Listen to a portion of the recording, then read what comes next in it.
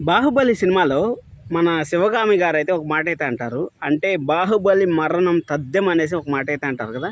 ఎగ్జాక్ట్గా ఇప్పుడు రుద్రాణి గారు కూడా దుగ్గరాల ఫ్యామిలీ మరణం తథ్యం అనేసి అయితే అన్నారు. ఎస్, నిజంగానే జరగబోతుంది. కానీ ఎవరికి జరిగే ఛాన్సెస్ హైగా ఉన్నాయనే దాని గురించి మాట్లాడదాం. అసలు బ్రహ్మముడి సీరియల్లో అప్కమింగ్ ఎపిసోడ్స్ ఎలా ఉండబోతున్నాయి అంటే upcoming episodes plus second generation వచ్చేదానికి అసలు లీడే లేదు, అసలు ఎలా వస్తుంది సెకండ్ జనరేషను అనేసి మాకు వీడియో అయితే చేసి డిస్కషన్ అయితే చేసాం. అంటే మన తెలుగు సీరియల్స్లో ఎన్నో రకాలైన ట్విస్ట్లు టర్న్లతో సెకండ్ జనరేషన్ అనేది స్టార్ట్ అవుతుంది. ఎందుకంటే ఎంత బలమైన పునాది ఉంటే అంత బలమైన పునాదితో అయితే సెకండ్ జనరేషన్ స్ట్రాంగ్గా నిలబడుతుంది. ఇన్ కేస్ తూతు మంత్రంగా ఏదో అలా కానిద్దామని సెకండ్ జనరేషన్ స్టార్ట్ చేస్తున్నారంటే అది 1 నెల 2 నెలలకంతా నేలమట్టం అయిపోతుంది. కాబట్టి అలా కాకుండా స్ట్రాంగ్ బేస్తో అయితే రావాలనేసి మనం ఎప్పటి నుంచో అయితే అనుకుంటాను. అలాంటి స్ట్రాంగ్ బేస్ మనకు శనివారం ఎపిసోడ్తో ఏమి స్ట్రాంగ్ బేస్ లేకుండా తూతు మంత్రంగా ఏదో గాలి కూలిపోయే రెక్కల్లాగా వస్తుందనేసి నేనైతే అనుకున్నాను. కానీ శనివారం ఎపిసోడ్ చూసిన తర్వాత నాకైతే ఫుల్ స్ట్రాంగ్ పిల్లర్ లాగా నిలబడి ఇంకా 1 year 1.5 year ఉండే ఛాన్స్ అయితే ఉంటుంది స్టోరీ లైన్ అనేసి అయితే అనిపిస్తుంది.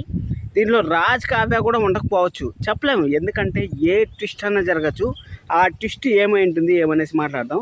దానికన్నా ముందు మన ఛానల్ ఉన్న కొత్తగా చూస్తాను మాత్రం ఖచ్చితంగా సబ్స్క్రైబ్ చేసుకోండి. అలాగే లైక్ చేసి వీడియోని అయితే చివరి వరకు చూడండి. ఎందుకంటే చాలా ఇన్ఫర్మేషన్ అయితే మీకోసం ఆలోచించి మీ ముందరికైతే తీసుకొస్తున్నాను.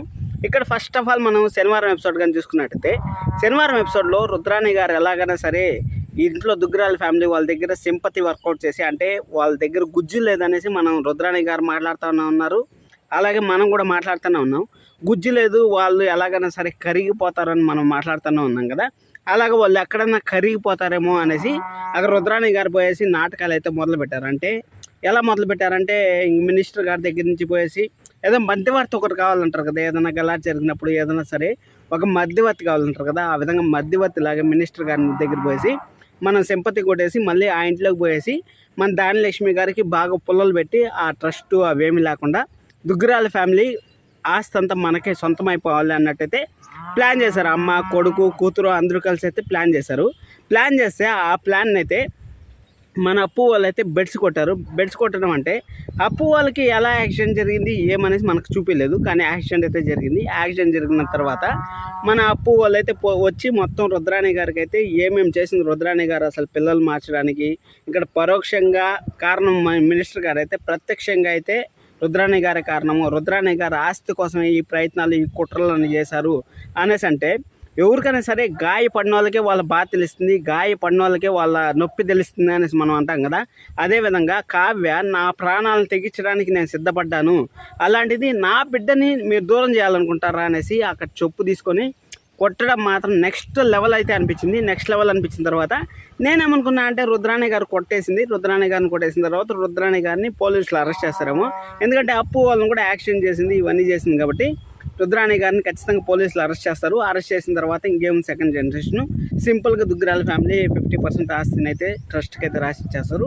ఇంకా కావ్యరాజ్కి అలాగోలా ఖచ్చితంగా ఇంకా ఆస్తి పనులు ఏమంటారు కాబట్టి ఆస్తి లేకపోతే ఏం జరుగుతుంది చెప్పండి. ఏం జరగలేదు. ఆస్తి లేకపోతే వాళ్ళు ఏం చేయలేరు, హాస్పిటల్ చూపించలేరు.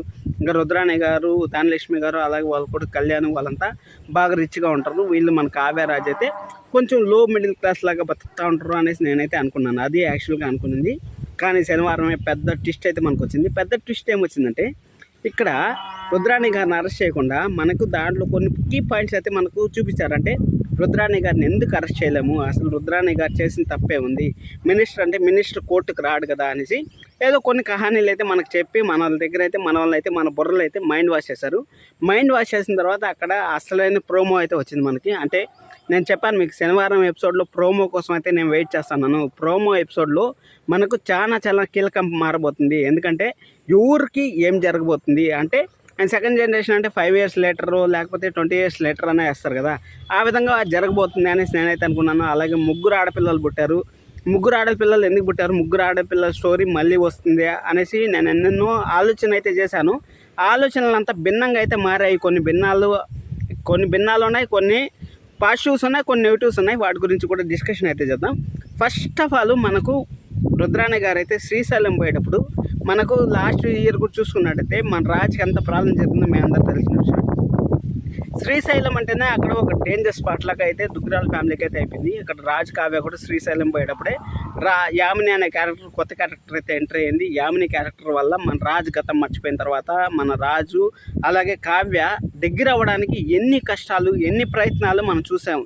ఇక్కడ మళ్ళీ మెమొరీ లాస్ వస్తుందంటే మేబీ ఛాన్సెస్ ఉంటాయి. మెమొరీ లాస్ ఈసారి కావ్యకు రావచ్చు, లేకపోతే ఎవరికైనా రావచ్చు, అసలు ఏమైనా జరగచ్చు. మన అసలు సెకండ్ జనరేషన్ స్టార్ట్ అవ్వడానికి మెయిన్ లీడ్స్ ఏముంటాయి అనేసి మనం మాట్లాడుకున్నట్టయితే ఫస్ట్ లీడ్ అయితే ఫస్ట్ మన సీరియల్ ఎక్కువ ఇంట్రెస్టింగ్గా చూసేది వచ్చి హీరో అండ్ హీరోయిన్ అక్కడ ఇంకా సీరియల్లో లేకపోవడం, అంటే వాళ్ళ మరణ వార్త వినడం ఫస్ట్ మెయిన్ అది జరిగేది. ఇన్ కేస్ రాజ్ కావ్య లేకపోయే ఛాన్స్ కూడా వెరీ హైగా ఉంటుంది. కానీ రాజ్ కావ్య లేని బ్రహ్మముడి సీరియల్ చూడాలంటే మాత్రం ఎవరి తరం కాదు కాబట్టి రాజ్ కావ్యకైతే 99% ఏం కాదు, 1% అయితే చెప్పలేము. ఇన్ కేస్ రాజ్ అన్న దూరం అయిపోవచ్చు, లేకపోతే కావ్య అన్న దూరం అయిపోవచ్చు. అలాగే ఇన్ కేస్ వాళ్ళిద్దరిలో ఎవరో ఒకరు దూరం అయితే మాత్రం ఓల్డ్ క్యారెక్టర్ చేయాలంటే యాక్టర్స్ కూడా సిద్ధంగా ఉండాలి. యాక్టర్స్ సిద్ధంగా ఉంటారు లేదా అనేసి మనకైతే తెలియదు. ఎందుకంటే కొత్త యాక్టర్స్ మనం ఎన్ని సీరియల్ చూడలేదు.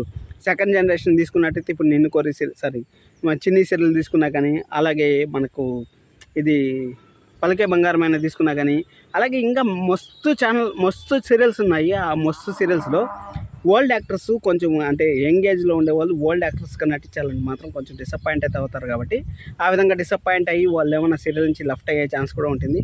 ఫస్ట్ ఆఫ్ ఆల్ రాజ్ కావ్యకి ఎక్కువ డేంజర్ అంటే రాజ్ కావ్యకి. అలాగే ఆస్తి పంపకాలు అయితే ఖచ్చితంగా ట్రస్ట్కి అయితే రాజు వాళ్ళ దగ్గర ఉండే ఆస్తి మొత్తం ట్రస్ట్కి అయితే రాసి ఇచ్చేస్తూ ఉంటారు. అలాగే ధనలక్ష్మికి కళ్యాణ్కి అప్పుకి చెందాల్సిన ఆస్తి అంతా వాళ్ళకైతే రాసి ఇచ్చేస్తూ ఉంటారు. అంటే కళ్యాణ్ పాప ఫుల్ రిచ్, ఇక్కడ స్వప్న పాప అయితే ఫుల్ విలన్. ఎందుకంటే వాళ్ళ నానమ్మ పోలికలతో పుడుతుంది, వాళ్ళ నానమ్మలాగా తయారవుతుంది కాబట్టి ఇక్కడ ఫుల్ విలన్. ఇక్కడ కావ్య పాపే అసలైన డేంజర్లో ఉంటుంది కాబట్టి, ఎందుకంటే కావ్య పాపే కదా అసలైన డేంజర్లో ఉండేది. అలాగే రేవతి గారు కూడా రేవతి గారు లీడ్ కూడా మనకు చూపించారు. అంటే ఆ బాబు ఆడిస్తున్నారు కదా, అంటే కావ్య వాళ్ళ దూరమైనా కానీ రేవతి గారు ఏమైనా పెంచే ఛాన్స్ ఉంటుందా అంటే ఎస్ అనే సంకేతాలు కూడా ఉంటాయి.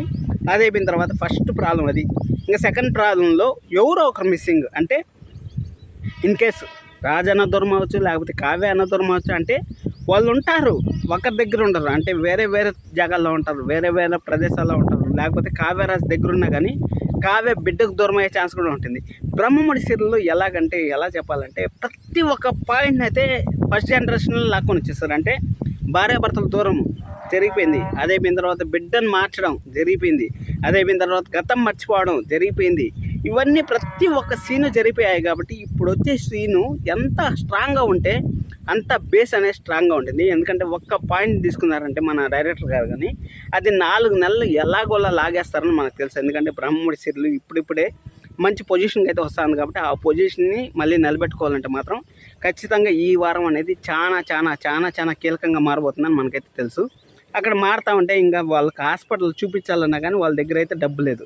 ఇంకా రుద్రాణి గారు వేసే స్కెచ్లో మాత్రం ఖచ్చితంగా ఎవరో ఒకరు బలవకు తీరదు. కాబట్టి ఇక్కడ ఇంద్రాదేవి గారు అంటే బామ్మగారు తాతగారికి 99.999% అంటే 0.1% అయితే ఛాన్సెస్ అయితే తక్కువ ఉన్నాయి. ఇది ఎందుకు చెప్తా ఉన్నాను, ఇంత 1% 0.001% అని ఎందుకంటా ఉన్నా అనుకుంటే ఆల్రెడీ మన రాజుకి అలాగే కావ్యకు పుట్టిన పాప పేరు ఇంద్రాదేవి అనేసి పెట్టారు. ఇంద్రాదేవి అంటే హిందూ అనేసి షార్ట్కట్లో హిందూ అని పిలుస్తుంది అనేసి పెట్టారు. అంటే మన బామ్మగారి క్యారెక్టర్ని తీసేస్తూ ఉంటారు అనేసి మనకి ఇండైరెక్ట్గా అయితే చెప్పారని మనకైతే క్లారిటీగా అయితే అర్థమైంది. అది అయిపోయిన తర్వాత ఇంకా రాజు ఎంత ప్రేమను పెంచుకుంటా ఉంటారో వాళ్ళ కూతురు పైన మనం అయితే చూస్తూనే ఉన్నాం. అలాగే రాజు నుండి కావ్య ఏమన్నా మనకు దూరం అవుతుందా అనేది అనుకోటి. ఇంకోటి ఆస్తి తగాదాలు వచ్చి ఖచ్చితంగా దుగ్గిరాల ఫ్యామిలీ అనేది ముక్కలవుతుంది. ఆ ముక్కలైన ఫ్యామిలీ మళ్ళీ ఎలా ఒకటవుతుంది. ఎందుకంటే దుగ్గిరాల ఫ్యామిలీ అంటేనే ఒక విజన్. అంటే ఎలా చెప్పాలంటే దుగ్గిరాల ఫ్యామిలీ అంటే ఇప్పుడు మనము వేరే సీరియల్లో హీరోకి హీరోయిన్కి కనెక్ట్ అవుతాం, కానీ ఇక్కడ అలా కాదు. దుగ్గిరాల ఫ్యామిలీకి గుచ్చి లేకపోయినా కానీ వాళ్ళని మనం బాగా కనెక్ట్ అయినాం. కాబట్టి దుగ్గిరాల ఫ్యామిలీకి ఎక్కువ ఛాన్సెస్ అయితే ఉన్నాయి. అంటే వాళ్ళ ఫ్యామిలీ ఆడియన్స్ని ఎలాగైనా సరే అట్రాక్ట్ చేయాలంటే ప్రతి ఒక్కరిని మనం ఓన్ చేసుకునేసాం. అంటే ప్రతి ఒక్క క్యారెక్టర్ పేరు మనకు తెలుసు కాబట్టి ఆ క్యారెక్టర్లోంచి అందరూ ముక్కలైపోతారు. అబ్బా ఖచ్చితంగా 100-200% అయితే ఒక్కొక్కరు అయితే ముక్కలైపోయే ఛాన్స్ అయితే ఉంటుంది. ఆ ముక్కలైపోయిన వాళ్ళు ఎవరు బయటకు వస్తారు అనేది మనం అయితే చూడాలి. ఆ ముక్కలు అయిపోయిన వాళ్ళలో ఎవరు మిగులుతారు, ఎవరు మనకు దూరం అవుతారు అనేసి మ్యాక్స్ ఒకవేళ అపర్ణ గారు అలాగే సుభాష్ గారు కూడా వెళ్ళిపోయే ఛాన్స్ కూడా వెరీ హైగా ఉంటుంది. ఎందుకంటే వాళ్ళకు సుభాష్ గారికి కూడా వేరే సీరియల్లో అయితే ఆఫర్ అయితే వచ్చింది. అలాగే అపర్ణ గారు వేరే సీరియల్ అయితే చేస్తూ ఉంటారు. ఇంకా మన బామ్మ గారు అయితే వేరే సీరియల్ అయితే చేస్తూ ఉంటారు. ఇక్కడ తాతగారు అయితే అసలు తాతగారి క్యారెక్టర్ ఉన్నా లేనట్టే అని మనకైతే ఎన్నిసార్లు చూపించారు. కాబట్టి ఈ 4 క్యారెక్టర్లు అయితే మడత పెట్టేస్తారు. ఇంకా ధనలక్ష్మి గారు అలాగే మన ధనలక్ష్మి గారు హస్బెండ్ ఉన్నారు కదా, వాళ్ళ క్యారెక్టర్ ఉంటుందో లేదో తెలియదు. అలాగే కళ్యాణ్ అప్పు క్యారెక్టర్లు ఉంటాయో లేదా అనేది కూడా తెలియదు. చూద్దాం.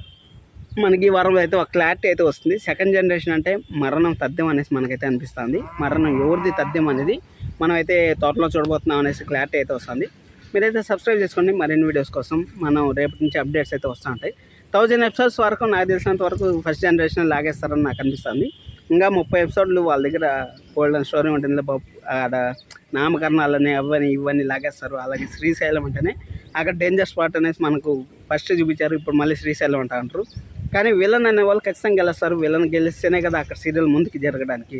విలన్ ప్రతిసారి వాడిపోతా ఉంటే దెబ్బతిన్న సింహం లాంటి మన రుద్రాణి గారు అంటే దెబ్బతిన్న సింహం అనకూడదు, కానీ పులిని బోన్లో వేసి కొట్టినా కానీ పులిలాగా మారుతుంది, పిల్లిని బోన్లో వేసి కొట్టినా కానీ పులిలాగా మారుతుంది అనేసి మనం సామెత అయితే వింటాం కదా.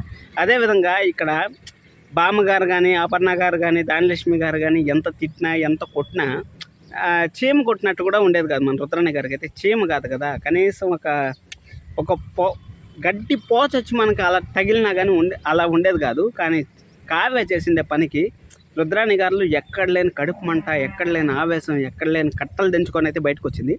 ఆ బయటికి రావడం వల్ల రుద్రాణి గారు అయితే ఇక్కడ ఏమంటే కొడుక్కి ఆస్తి రావాలి, అలాగే కూతురికి ఆస్తి రావాలి, ఆమెకు ఆస్తి అంతా నెత్తినేసుకొని పోవాలి అనేసి ప్రయత్నాలు చేసి అక్కడైతే ఏదో మొత్తానికైతే చేస్తుంది. మొత్తానికి చేసిన తర్వాత ఇన్ కేసు రుద్రాణి గారు జైలుకి పోయే ఛాన్స్ ఉంటుంది. లేకపోతే మళ్ళీ తిరిగి ఆ ఇంట్లో దుగ్గిరాల ఫ్యామిలీలో ఎలాగో వాళ్ళు గుర్తులేదు కాబట్టి ఆ దుగ్గిరాల ఫ్యామిలీని తొక్కేసి అంచువేసేదానికి అయితే ఛాన్సెస్ అయితే ఉంటాయి.